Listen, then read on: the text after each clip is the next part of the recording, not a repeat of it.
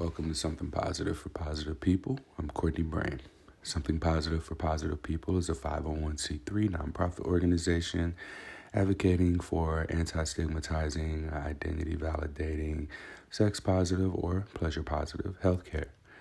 I started this podcast 5 years ago in 2017 as I need a better word for suicide prevention resource, because while that's what sparked the beginning of it, I can't really say that this was that legally, but street slang wise, like, I started this because people with herpes wanted to kill themselves, and me asking them why or saying it'll be okay wasn't helpful. So what I did was just find people who had lived experiences and decided to bring those into this platform for people to be able to access, and hopefully let that be something that guides them into a new direction of thought. And so far, I think that it's worked. I think that it's working. The only thing is that it's just not really having the speed of impact as I would like for it to. And what I mean by that is people find it. And I'll say this, like, some people are having their doctors and their therapists tell them about something positive for positive people if it's relevant. But I'm still catching people who are like, I've been diagnosed for years and never knew this existed. Some people who've been diagnosed for a long time and regret not having known that this community existed. So I ask you to share this. If you have an episode that speaks to you, if there is a story in particular that you feel moved by, if it's even an episode that doesn't have anything to do with herpes, like whatever it is that you feel comfortable with sharing, because like we don't know. And I'm someone who I've put myself in the position of being the center of a global web.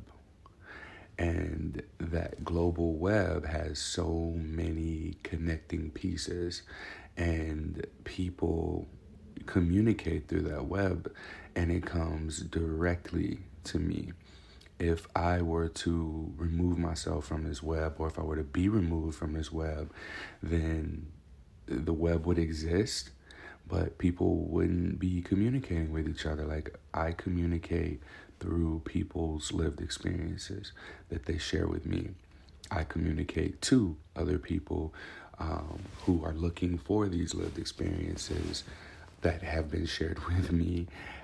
And I'm the middle piece. It's like playing that game of telephone. Like, how many more experiences can be exchanged and shared? How much more of a feeling of community, of just belonging can occur if, instead of DMing me directly, asking a question that has more than likely been answered before, like, why not comment on a post so that others can see it? Like, I'm seeing some of that direct engagement. If someone's having a rough time and they say something like that, one or two people will chime in, comment, and make that person feel good.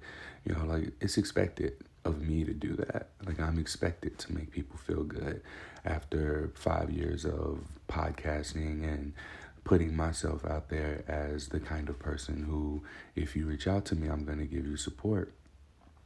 Imagine how good it'll feel for someone to just have a kind stranger just in their corner, rooting for them. Hey, yeah, I've been through that as well, and here's where I'm at now. You'll get there. It'll be okay. And I'm seeing it periodically. It's very spontaneous. It's very sporadic. But I know the potential. I know that there can be so much more of it, because, what's going to happen is, like, I am now taking my my focus to the healthcare field, and being directly in the healthcare field of cold calling. Like, I'm essentially going back into sales. and cold calling these healthcare organizations and working to set up presentations and connect with sex educators, because what I'm doing is offering a simulated patient experience with sex educators as patients to clinicians, public health professionals who've been in the field for a really long time. And what that is going to do is allow for them to have experiences with people who understand language, who understand trauma-informed healthcare, who understand anti-stigmatizing healthcare, who understand the importance of identity validation and sex positivity, so that these doctors can have practice, these nurses can have practice with not only delivering a diagnosis to a person, but using and asking for someone's pronouns, and the discomfort that may come with some of the conversations that can come up if you ask someone about their sexual history. We don't have a lot of practice with that, especially because, generally people are a little bit uncomfortable with sharing about their sexuality, sexual health. But in the instances where there's an STI diagnosis that is prevalent, or if someone has an STI, like, that's one of the ways that I feel I can impact stigma. Not to say that, y'all aren't helpful or y'all haven't been doing anything, and I really don't want for this recording to sound like that. But what it is that I'm recognizing that there's a much more significant and efficient, impactful way of doing what it is that I want to do, and it's working through the healthcare organizations that exist as they do. I think that what I do for something positive for positive people will circulate through the healthcare field way faster than it will circulate through people who are newly diagnosed with herpes directly, right? So if the healthcare field is aware that this resource exists and that this is what it is that we're doing now and this is what the focus is, then that'll circulate, so that when people are diagnosed, or when people are struggling with stigma or struggling with sexual health communication at all, that they'll be able to hopefully have this resource offered to them upon diagnosis or during their sexual history. And my intention here is I want to make the impact. It's like pulling at me. This isn't something that I feel like, I could do that. No, like, everything that has led to me being exactly where I am right now is leading to that being what the work is that I do. I moved to Portland, Oregon. I got here. I didn't have a job. I didn't have a plan. When I got here, my plan was, I was hopeful that I would get one $10,000 grant so that I can bust my ass, get that money, show some results, and then be able to ask for more money from more people to do the same thing. And fortunately, this has been working out. Right now, I just need to interview. I've got one person lined up, so 2 more people, and I will have completed this grant that essentially demonstrates the importance of sexless sex education, the stuff that we typically learn after our STI diagnosis, through self-education about communication, about relationship management, about boundaries, about navigating rejection and wants and needs, and to be able to receive and know and to recognize healthy and unethical behavior.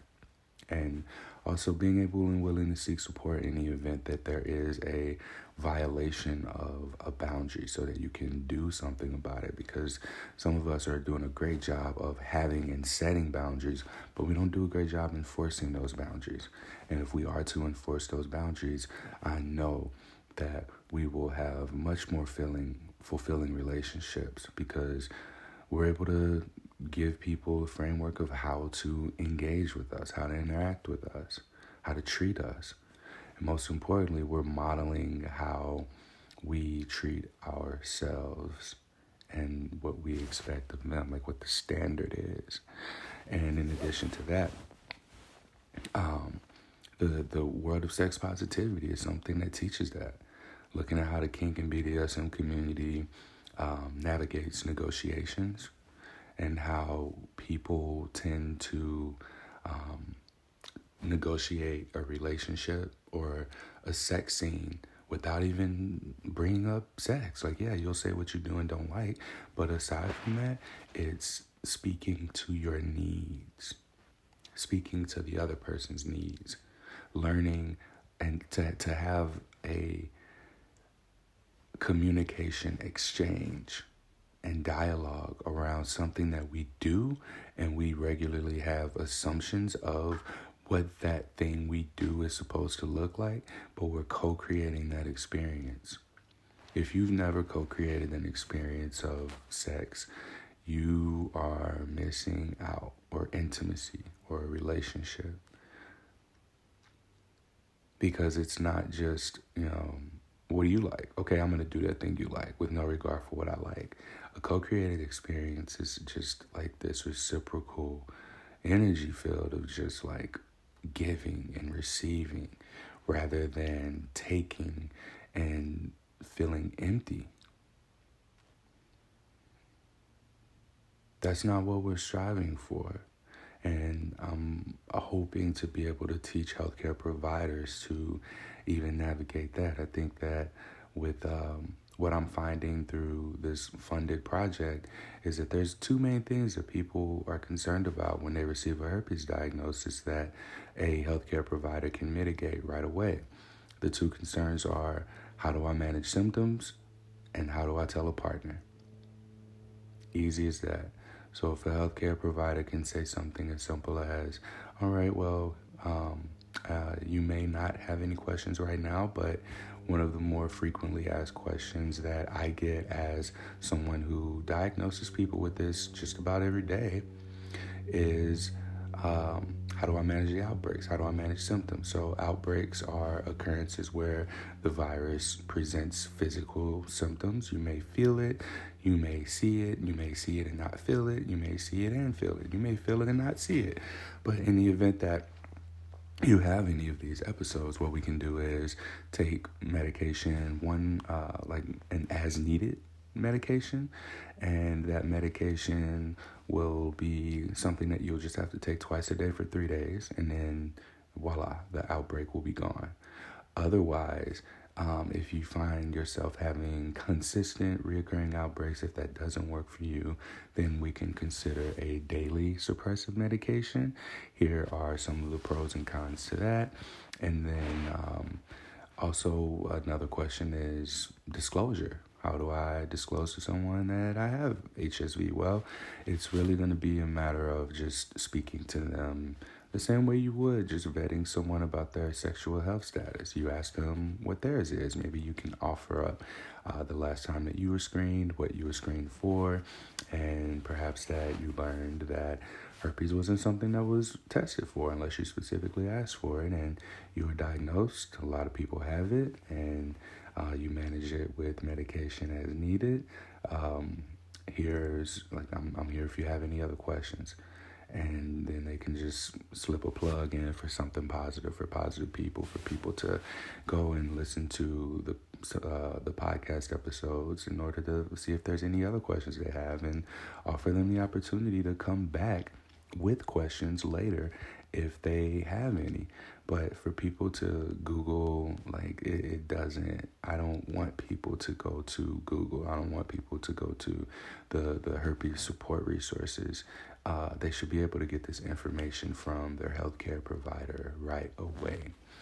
Another thing that really frustrates me too about the healthcare field, and when I say the healthcare field, what I really mean is the CDC, the Centers for Disease Control here in the United States of America, is how many people there are with large followings who talk about sexual health. They talk about STIs.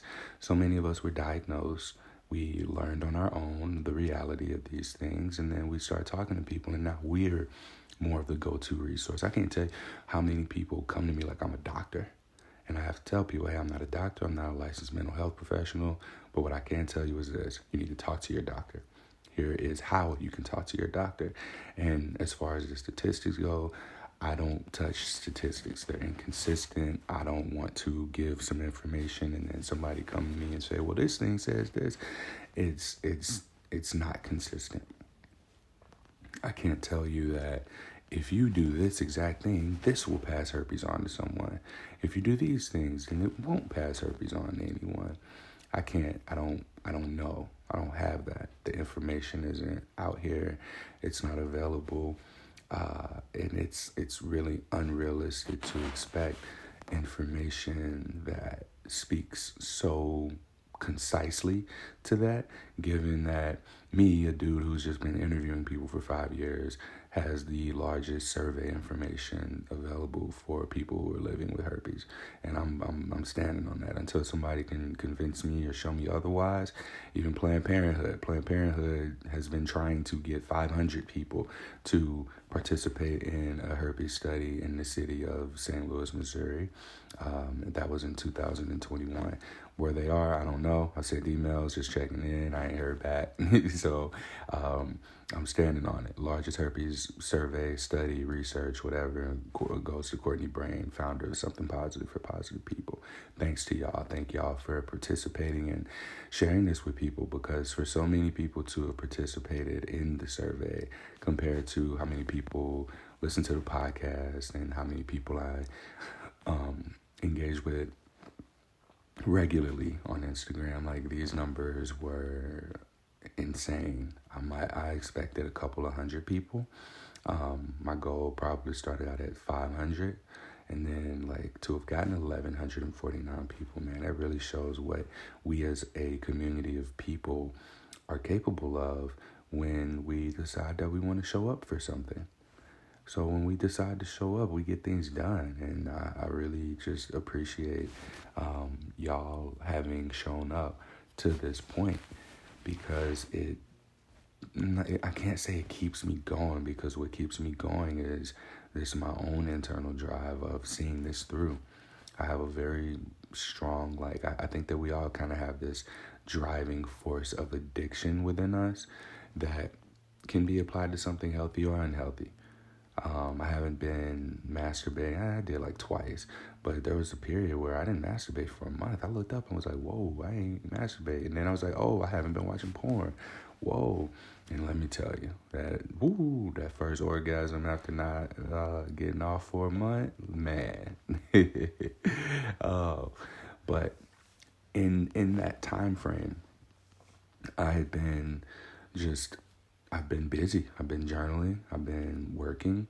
I've been getting this thing running. I've had a little bit of stress to work through and apply that to the things that were important to me. And what I learned from that experience has just been like where my focus is where I choose to put it. So that driving force of addiction, it went from, maybe masturbating and porn and the feeling good and pursuing potential partners and having relationships, being liked, being desired, getting validation from people that just like feels good in that moment or felt empty, to like now, like I have obsessively been self-developing. I've been going through a ton of self-development stuff with just journaling and like asking myself real hard questions about myself, about my identity. I've been back on my self-help videos. I started to listen to a couple of the audiobooks that I had a long time ago, and I'll just go ahead and say it, but one of them is No More Mr. Nice Guy by it's not Donald Glover. I believe it's Robert Glover. And what he talks about in this book that is the most fascinating is just how nice guys are manipulative. And I've seen so much of myself in that when I first downloaded this book, because I went home and I found journal entries from 2015, and one of those journal entries actually was what triggered the thought of, oh, let me check out that No More Mr. Nice Guy book again, because I don't know why, but I thought that it was just like for dating, and I didn't really think about it. But when I listened to it again, I realized that a lot of the stuff that I talked about on the manifesto episode, where I talked about masculinity and what would happen if masculinity pursued wholeness instead of pursuing femininity. Like if, as a man, instead of pursuing wholeness through my relationships with women, if I recognized my own wholeness within myself and then went back into making myself available for women, for relationships. And that was it was paraphrased, but it's crazy to me that 7 years later, this seed had been watered and starting to bloom in a way that I could communicate it in my own way. But the book basically just talked about like the nice guy syndrome, and like that's something that I recognize like I have, and I have it from my career. Like I'm showing up for people, like I do a lot of those things. I don't prioritize Courtney. I don't prioritize getting the needs of Courtney met. And at least not directly, because I know at some point I'm going to be able to pay myself a lot of money. And when I can pay myself a lot of money because the CDC is going to fund this podcast, that I will, like, this will have been meeting my needs. So I had to, like, have a legitimate reframe, because so much of what I do on a daily basis looks like I am more so prioritizing other people who come here, other people who are diagnosed, other people who are struggling with everything it is that they have going on. I prioritize them over getting a good night's sleep. I prioritize them over having my me time in the morning. I prioritize them over maybe making dinner early or eating. And, you know, that's really not what is happening. And I needed to hear No More Mr. Nice Guy again with this new framework of experiences that I've had, so that I could apply it to it. And in applying my experiences to the book again, like I'm hearing the same information again. And yet it's hitting so much different, because the whole thing that I said about like being selfish, the word self keeps coming up. And there's so many like variations of it between self-acceptance, self-worth, self-development, self-esteem, self-image, self-realization, self-reflection, all of these things. Like, and I'm recognizing that my manliness, my manhood, my masculinity is more of a pathway of reconnecting to the self than it is anything else. And it's not about being a man. It's about having an understanding of what a man is, and then getting to the essence that has been just like coated in gunk and life and labels and descriptions of what it means to be man versus what you really are genuinely at your core. And I believe that what I'm learning is that it's about presence. One of the examples in the book was of a lover who he'd go down on his woman for a really, really long time, and it was all about her pleasure. And like, not everybody wants that. Some people just want for a person who knows how to meet their own needs to show up and do that with them in their presence. And to hear someone, I don't know what his title was. I think some sort of a psychologist. To hear him, speak so clearly to many of the experiences that I've even had with women.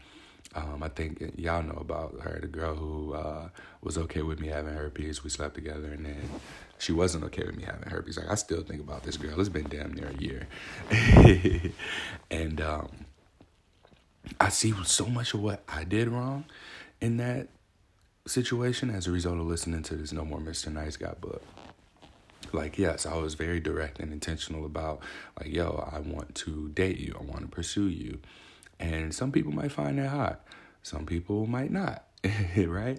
And I'm learning that we as people don't want anything that's just easy. Like, eventually, I guess you get beat down to the point of wanting something easy. But if I'm the kind of person that I claim myself to be, especially according to my self-image, then I absolutely did not prioritize myself. I even look at like the sexual experience that we had. Like, yeah, it was fun, but it wasn't like I wasn't present with that.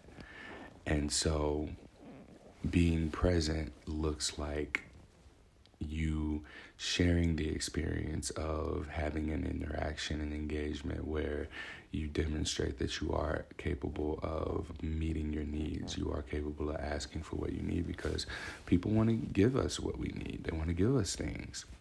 They want to give us experiences. But as a nice person, you go about doing so in a way where you won't or may not get rejected. And I see that, so much of that from that particular encounter. And I know that I'm speaking to primarily an audience of women. So it's not really relevant for me to go into many more details. But as a man who is looking at being considered a leader of a group of people, a community of people, I think that it is important to note that the kind of person that I am, I mean, like, I know a lot of people, like, find me attractive physically and like that I'm vulnerable and that I do the work that I do. But yeah, I recognize my F-ups, my flaws.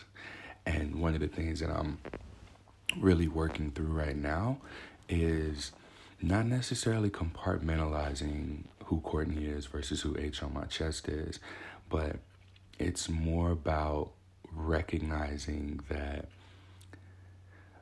I strive to be more like Honmychest, when the reality is I, Courtney, created Honmychest as a persona, as someone who could do the things that I, Courtney, wasn't capable of at the time. So Honmychest has shown me like who Courtney is, rather than me looking at it like who I could be. And I share this much like background and detail about this because what I want to say is that I think that a lot of us do this in a way to where we don't realize that the person that we've become is a person that we've constructed. Like, that's how powerful we are. And that's what we are capable of. We're capable of creating an identity for ourselves, a self-image for ourselves that we forget we created, and we think that it's creating us, and we strive toward being that. No.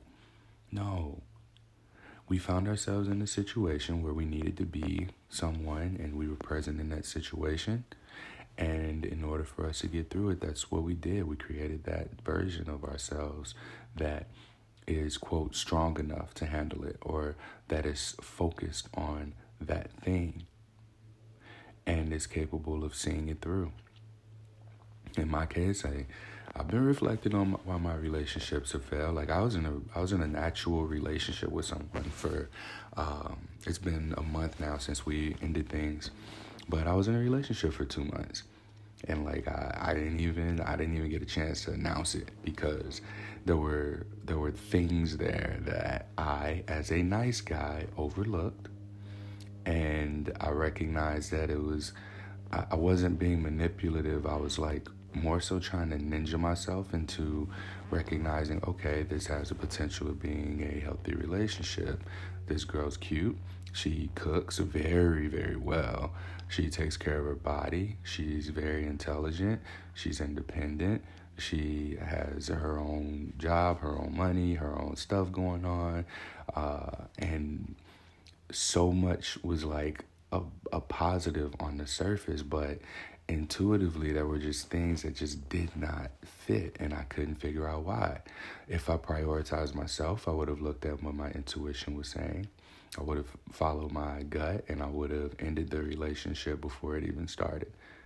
Or the second that, I recognized that there were incompatibilities, and as a result, I just decided to go along with it until I blew up. And that's one of the things that happens in these nice guy books. And by blow up, I don't mean like I got angry. I blew up as in like one thing happened and then it just unraveled all of these other little things that made me realize like, oh yeah, we wasn't compatible. We shouldn't even been in this relationship. And it's always like right around the time I'm about to post somebody, that's when they start tripping, or right after they get the title. But I can't really say that anymore because the whole time I was the one tripping,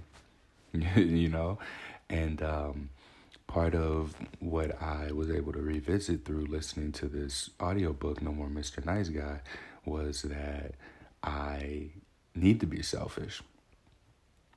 That I need to be intentional. I need to be direct. I need to do those things. And I had a period of time where I was just asking for what I wanted, and I heard no sometimes, but I also heard yes a lot. Like not that I was keeping score, but I do more so remember the no's than I do the yeses, and that's okay. I'm not dead. I'm not hurt. I didn't lose any income. I didn't get kicked out.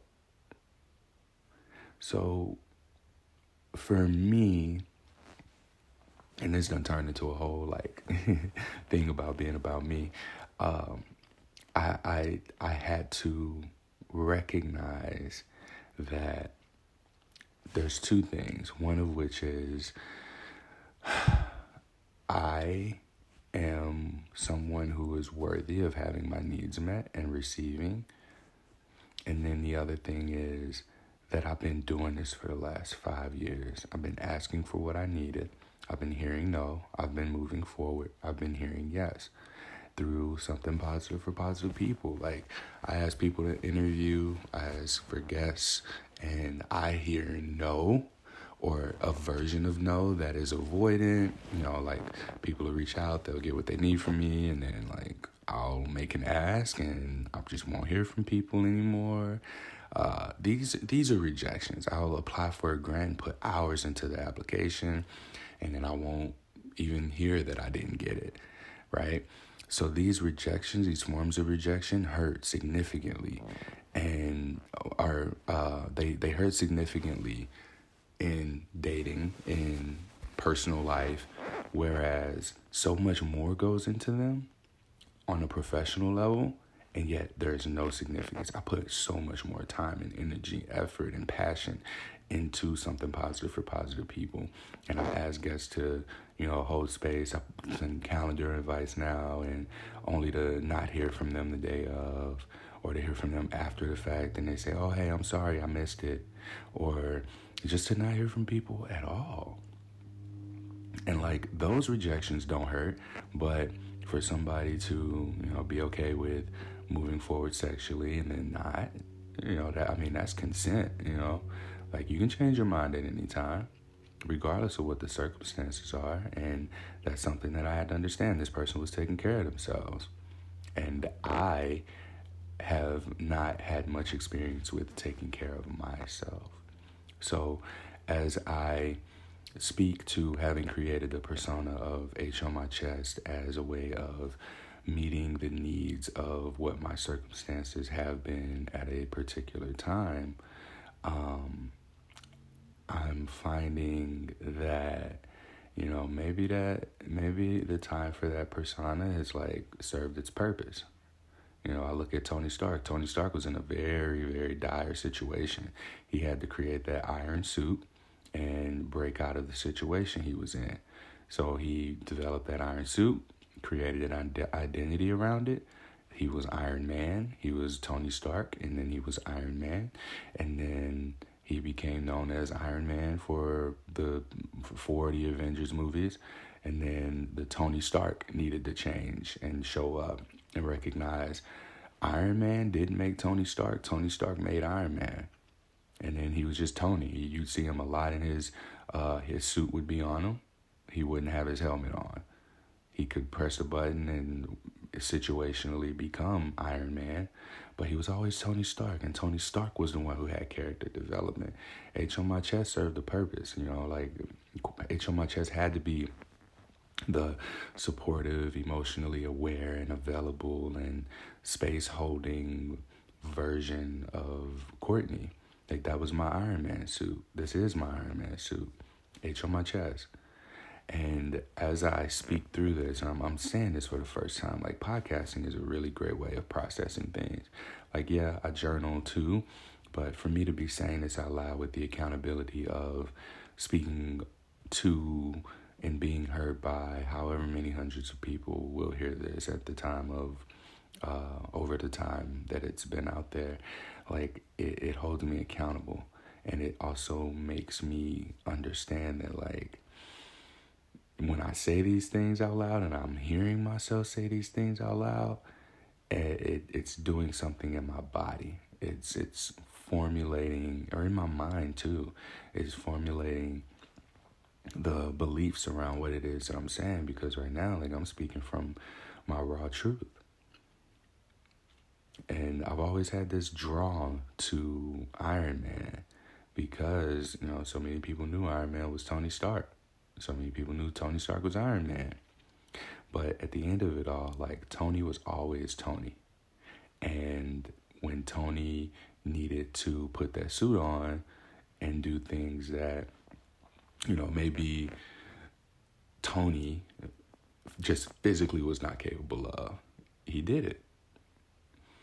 So, I don't know, like, as I'm speaking through this, I think that maybe it's time to get rid of, the H on my chest whole thing and just be Courtney.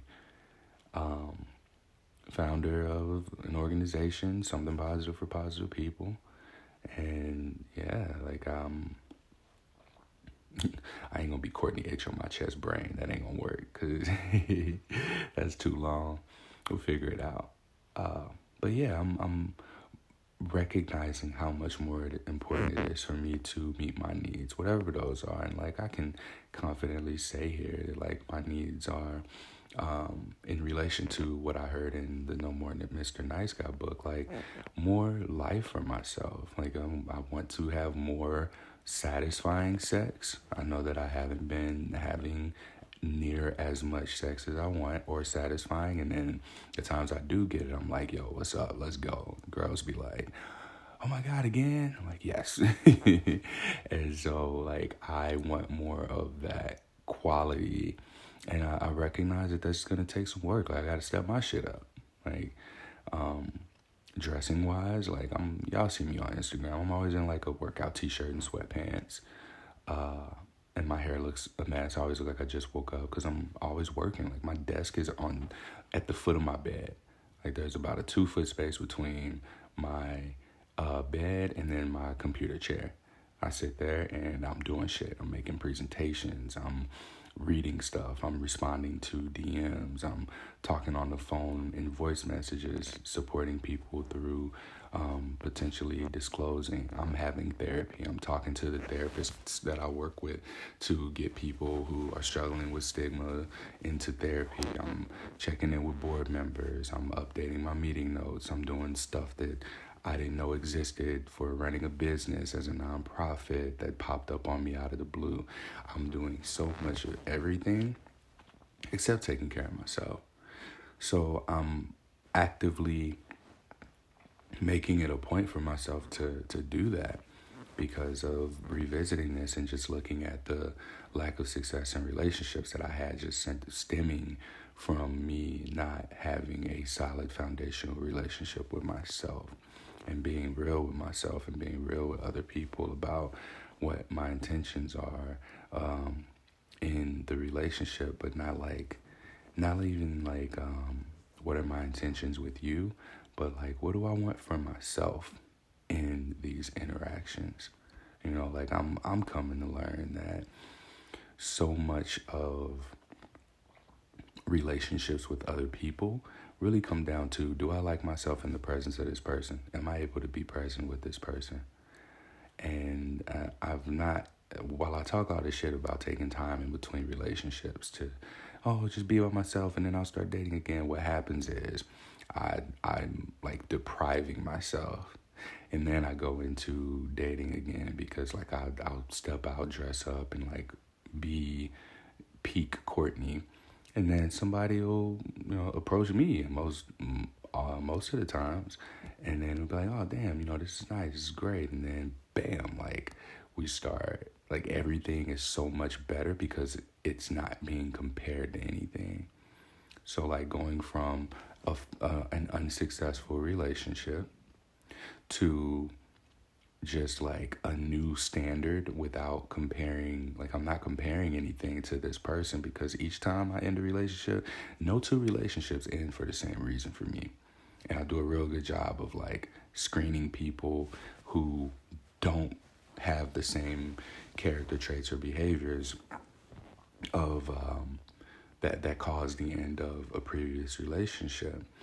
And I've been doing that, but I'm like, okay, well, who am I? Like, clearly I'm the same person because I'm just having these experiences in different ways. Same experiences, just different ways, I believe. And so, yeah, I think that it's important for me, for all of us to take in, excuse me, that was like a hiccup burp thing. It's important for me, and I'm going to use I statements here, in my experience, to like I've done this thing where I reverted back to Honmychest. I think I mentioned it in the previous podcast episode about going on a date and not even setting the intention of it being a date, not like making moves, not putting myself in a position to get what I wanted, which was I wanted to have sex. I didn't make that clear. And I reverted into like nice guy mode. And I was like, oh, I tripped. Let me just ride this thing out and think about it and self-reflect on it later. But then like when I did just prioritize Courtney and be intentional and say what was on my mind and be myself, like there are genuinely people who like that shit.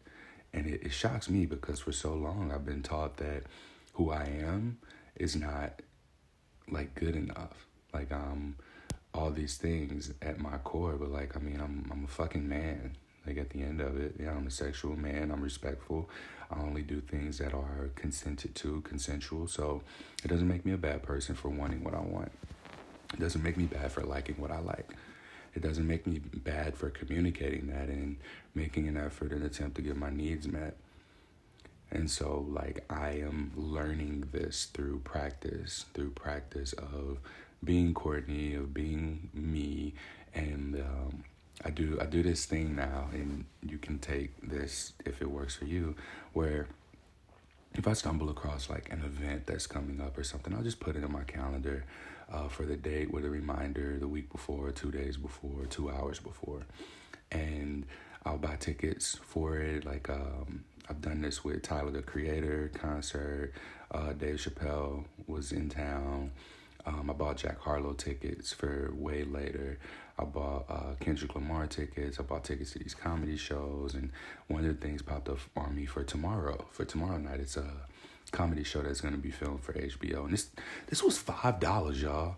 Like, the price was cut ridiculously. I don't know what the situation was, but that thing, $5, I'm in there. I've gone to a sex club that had like a dress up, like summer ween night, and it was real cool. I got to dress up as Finn from Adventure Time. And I also, like, what was the other thing I did? I went out one night, I told y'all about the best night I had going out by myself, but so much more of these things that I do are not just building my confidence, but building my self-trust, like being able to have this trust in myself that I am capable of meeting my own needs. I am someone who can pursue what it is that I want to pursue. And yeah, I might not get it, but I also might get it. Just like with disclosing our herpes status. Yeah, we might experience rejection, but we might not. And I want to spend more time in the might not thing. Like it might actually happen for me, the thing that I want to happen. And as I put more of my focus there, I'm seeing that more things are happening for me. So this is, this is more not so much of integrating H on my chest into Courtney anymore, like I've said in the past, because Courtney created H on my chest. So it's been integrated. And Courtney has learned from H on my chest and developed and grown and changed, evolved in a way that allows for me to show up more as Courtney and realize not necessarily the insignificance of H on my chest, but to recognize that H on my chest serves a purpose of being there as H on my chest is. Like if that's my Iron Man suit, I don't have that. It's evolved. It's not big and bulky and clanky and inhibiting my ability to walk or navigate Earth. If you've seen Iron Man, then you know what I'm talking about. But over time, like I've sort of redesigned H on my chest. I rebranded H on my chest and made H on my chest work a lot easier for Courtney Brame. Just the same way Tony Stark did with the Iron Man suit. As he became better and innovated, you saw that he has more suits fitting for situations. But at the end of the day, it's Tony Stark. You run up on Tony Stark, you might not get Iron Man, but you're going to get the guy who created Iron Man. That's still dangerous. May not be physically dangerous, but that boy got skills. And that's me. That's my journey and where I am right now at this point in my life is recognizing the value of Courtney. And I hope that we can all get to a point of doing so. And, this episode is inspired particularly by last night's introduction to sex positivity for sex positive people event. So if you missed the event, we recorded it. And once I get the audio, I'm going to edit it and put it up onto the podcast feed. Because what was so cool about that is everyone there was all women were there, except myself. Like even the lady who I had hosted, Jamie Cowelty, the executive director of Sex Positive World.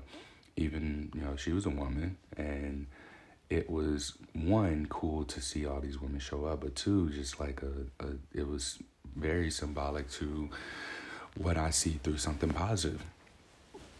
What I see through something positive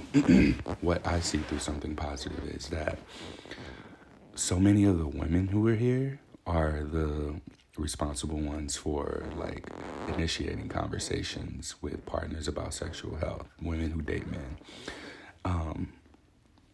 The responsibilities on them, and there's various reasons why that is, but to see so many women to have shown up and want to get the same information that this will come up in the episode, so I'm not going to spend too much time here, but to want to receive the information that allows for them to have better relationships, not just with other people, but with themselves, is a very strong demonstration of what me pursuing wholeness in myself and my masculinity is bringing out of the feminine. Like this was very reflective of that to me, because it wasn't them chasing a man's validation or approval. It was them essentially like just being led by their intuition, by their feminine energy, to follow the masculine energy of myself, who's evolving and developing and wanting to pursue wholeness in myself, not necessarily in relation of pursuing their validation, but just pursuing wholeness within myself. And naturally, organically doing the things that allow for the feminine to trust and demonstrate trust within the masculine, within men. Because I as I've said before, there's a strong distrust of the masculine. There's a strong distrust of men. And I am, as Courtney, working on that. So, I thank y'all. I thank y'all for being a safe space for me to emotionally express myself and to process some things out loud for the first time, like I did with today. Courtney's Iron Man, or Courtney's H on my chest is Tony Stark's Iron Man, or vice versa, whichever way sounds better.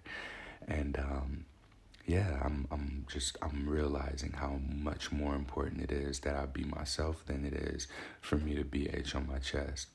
And this was something that I learned just through having the challenge of going back home as Courtney with, I ain't gonna say I left my Iron Man suit at home, but I went back home as Courtney, and I reverted back to H on my chest in situations. And I say reverted back to because I put these limitations on myself and tried to show up as someone that I thought that the few people that I did that with needed to see or wanted to see, as opposed to just being myself.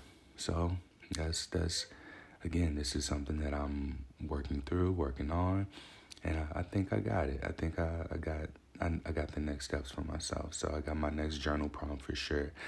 Be on the lookout for that Introduction to Sex Positivity podcast episode. Once I get it, I'll edit it and upload it right away.